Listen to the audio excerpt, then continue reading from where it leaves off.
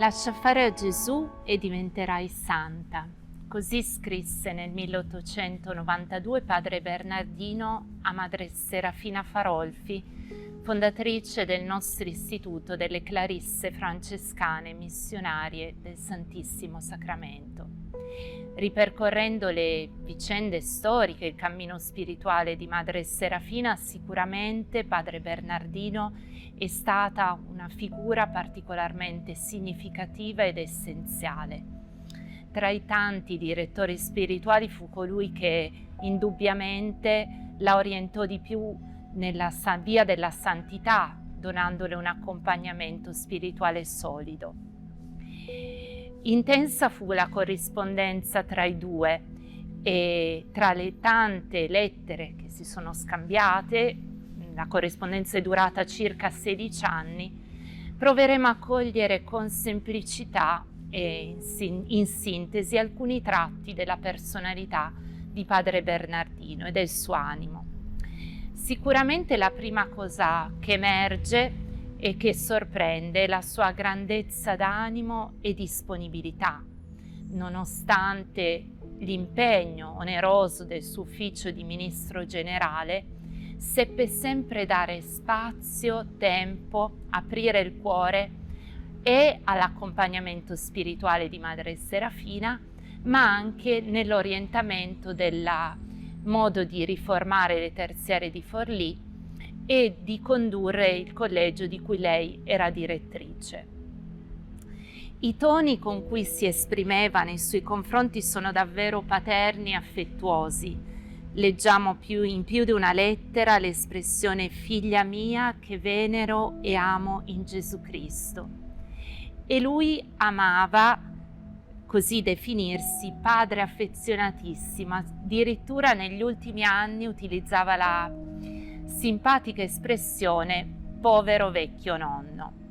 Questa grandezza d'animo, questo affetto si evince anche nella corrispondenza con le altre suore della comunità e le educande del collegio. In particolare in una lettera del 1889 leggiamo: «Siate poi certe tutte che non solo conserverò sempre nell'animo mio una speciale paterna affezione per voi, ma dove e come potrò mi presterò ben volentieri anche con l'opera e verrò ancora a visitarvi, non con autorità di superiore, ma con carità di padre».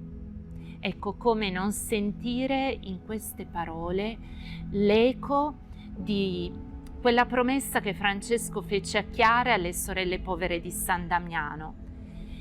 «Voglio e prometto da parte mia e dei miei frati di avere sempre di voi attenta cura e sollecitudine speciale». Ecco, accanto a questa grandezza d'animo, ricchezza di umanità, colpisce anche di padre Bernardino sicuramente la sua profonda spiritualità di cui madre Serafina si è profondamente nutrita. Nelle lettere la invitava spesso a fidarsi dell'opera di Dio in lei. In una leggiamo: «Gesù ti dia la grazia di operare grandi cose per Lui, se Egli lo vuole». E anche nei momenti di difficoltà la rassicurava con queste parole: «La grazia del Signore è con te. Chiudi gli occhi, Serafina, e abbandonati in Dio». Questo abbandono, questa fiducia nell'opera di Dio fu essenziale nei 20 anni di travaglio che lei visse nelle terziarie di Forlì e che poi le aprì alla manifestazione del progetto di Dio su di lei. Quasi profeticamente, direi annunciato in una lettera da padre Bernardino: «Ti sarà manifesta e sicura la volontà di Dio se ti lascerai condurre dalla provvidenza, né ti opporrai alla sua azione». Fu veramente così.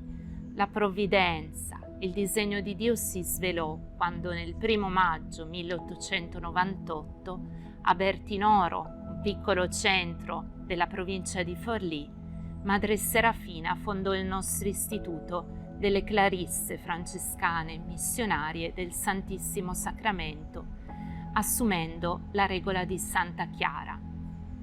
Ecco, Padre Bernardino non ebbe il dono di poter vedere la nascita del nostro istituto in quanto morì 4 anni prima.